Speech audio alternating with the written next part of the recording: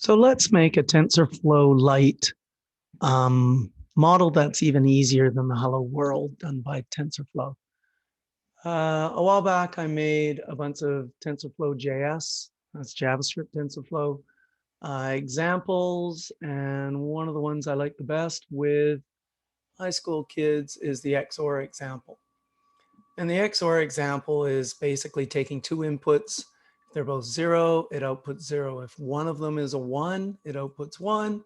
If both of them are 1, it outputs 0. And it can be done super easily with if statements, but that's not the point.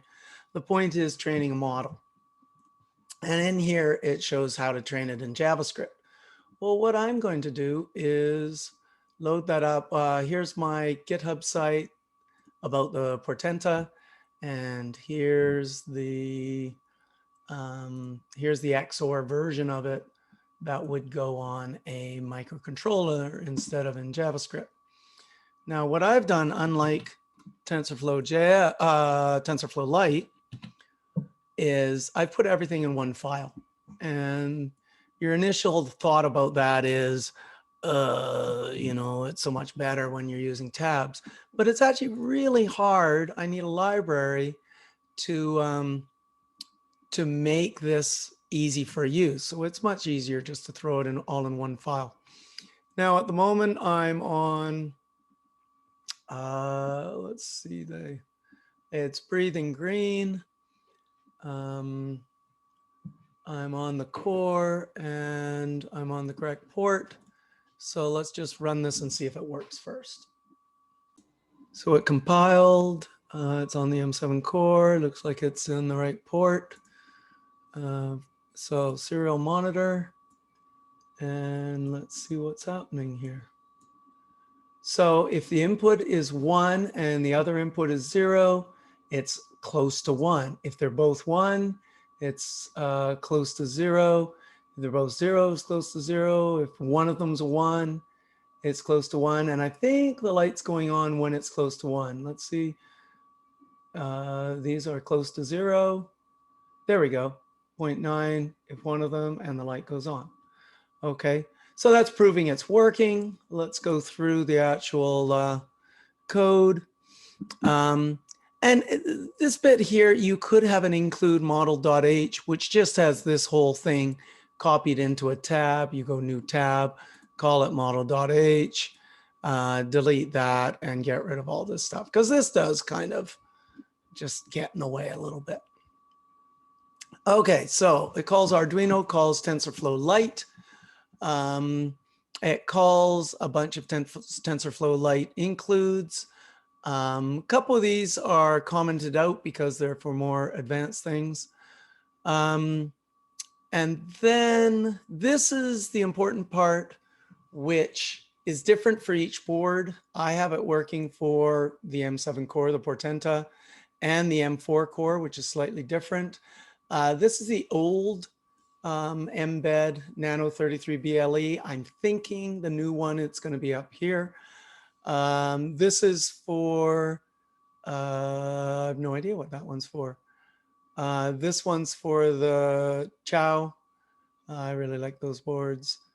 And hopefully eventually I'll get the ESP32 in here, or at least my version of it. I've got the Node MCU 32S. And then we've got some namespace information.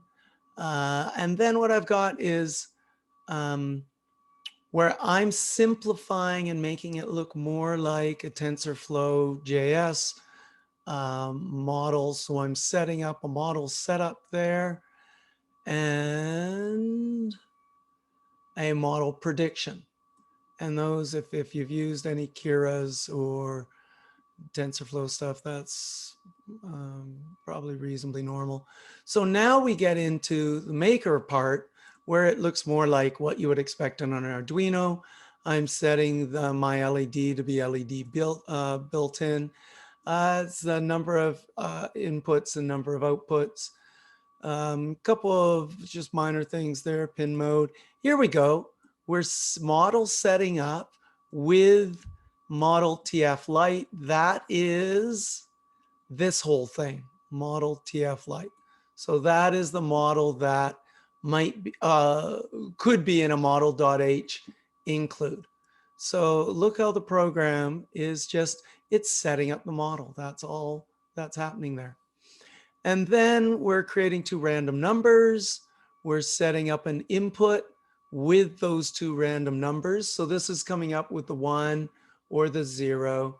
It's basically coming up with 1 or 0. That's what this modulus 2 is doing. And then it's running the prediction. A reminder, machine learning on the Arduino is not trained. You must use a fully trained model. So since it's a fully trained model, it's pretty easy. We just take this input and call a model prediction and put the conclusion in predicted. That is this float value, okay? And so if predicted is greater than 0.5, we set the LED to low, reminder on the Portenta, because the LED, the onboard LED is hooked up to 3v3. To make it bright, we have to ground it. And to turn it off, we have to set it to 3v3. Now you have 3v3 on both sides of the LED. Nothing's going to work. And then this is the main string. It's saying input A right there. It's printing input 0, the first one of this array.